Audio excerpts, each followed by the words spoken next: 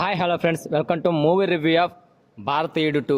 ఎప్పుడో 28 ఏళ్ల క్రితం వచ్చిన భారతీయుడు సినిమాకి ఇది సీక్వెల్.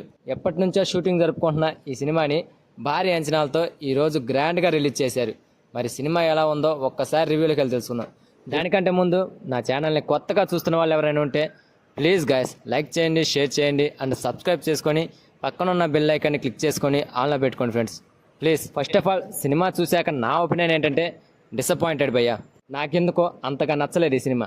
ఇచ్చిన మెసేజ్ అయితే బాగుంది, బట్ సినిమా మాత్రం అంత ఇంట్రెస్టింగ్ అయితే ఏం సాగలేదు. First of all cinema story గురించి మాట్లాడుకుంటే, చిత్ర అరవిందన్, సిద్ధార్థ్ అండ్ అతని స్నేహితులు కలిసి సమాజంలో జరిగే అవినీతులపై వీడియోలు చేస్తూ ఉంటారు. ఈ నేపథ్యంలో మరీ అన్యాయాలు ఎక్కువైపోవడంతో భారతీయుడు మళ్లీ రావాలంటూ సోషల్ మీడియాలో పోస్టులు చేస్తారు. భారతదేశంలో అవినీతికి వ్యతిరేకంగా పోరాడిన సేనాపతి అలియాస్ కమల్ హాసన్ మళ్లీ వస్తాడు. దారుణమైన అన్యాయాలను చేస్తూ ఉన్న వాళ్ళని అండ్ ప్రజల సొమ్మును కాజేసిన వాళ్ళని చంపేస్తూ ఉంటాడు కమల్ హాసన్. అలాగే యువకులను మోటివేట్ చేస్తూ ఉంటాడు. ఈ నేపథ్యంలో భారతీయుడు వల్ల సిద్ధార్థ్ లైఫ్ లో ఒక అనుకోని సంఘటన జరుగుతుంది. దానికి భారతీయుడే కారణం అంటారు ప్రజలు. సో అసలు సిద్ధార్థ్ లైఫ్ లో ఏం జరిగింది, సామాన్య ప్రజలు కూడా భారతీయుడిని ఎందుకు నిందిస్తున్నారు, ఫైనల్ గా అసలు భారతీయుడు టార్గెట్ ఏంటనేదే సినిమా. సో ఫ్రెండ్స్, ఇది సినిమా స్టోరీ. భారతీయుడి గురించి ఫస్ట్ పార్ట్లో స్వతంత్ర సమర యోధుడిగా చాలా బాగా చూపించారు. ఆ భారతీయుడి ఫ్లాట్ని అలాగే కంటిన్యూ చేశాడు, కానీ క్యారెక్టర్స్ పరంగా అండ్ ఆ ఎమోషన్స్ పరంగా ఫ్రెష్నెస్ మిస్ అయింది సినిమాలో.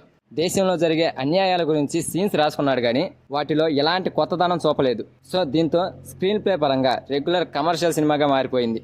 అంతేకాదు కొన్ని సన్నివేశాలు అయితే మరీ బోర్ కొట్టించాయి.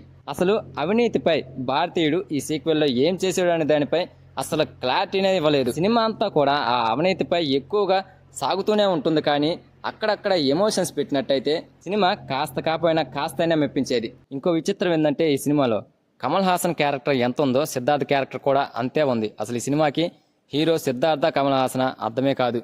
ఇకపోతే ఇలాంటి సినిమాలకి బీజిఎం మెయిన్ ఇంపార్టెంట్. ఈ బీజిఎం ఈ సినిమాలో అంత గొప్పగా అయితే ఏం లేదు. సీన్స్ని ఎక్కడా కూడా ఎస్టాబ్లిష్ చేసినట్టు అనిపించలేదు. మొత్తానికి ఈ సినిమాతో అనిరుద్ధ్ దారుణంగా ఫెయిల్ అయ్యాడని చెప్పాలి. ఈ సినిమాలో ఏదైనా ప్లస్ పాయింట్స్ ఉన్నాయి అంటే భారీ విజువల్స్, కమల్ హాసన్ యాక్షన్ ఘట్టాలు, ఆయన యాక్టింగ్, సిద్ధార్థ్ యాక్టింగ్, అంతే. ఇక మిగతాదంతా బోర్ కొట్టించే వ్యాపారమే. ఈ సినిమాకి నా రేటింగ్ వచ్చేసి 2/5 అంతే. సో అది ఫ్రెండ్స్ మ్యాటర్. మీలో ఎంతమంది ఈ సినిమా చూశారో, ఎంతమందికి ఈ సినిమా నచ్చిందో నచ్చలేదనే దానిపై ప్లీజ్ కామెంట్ చేయండి. అలాగే వీడియో కనుక నచ్చితే లైక్, షేర్, సబ్స్క్రైబ్ ఏదో ఒకటి ఫ్రెండ్స్ ప్లీజ్.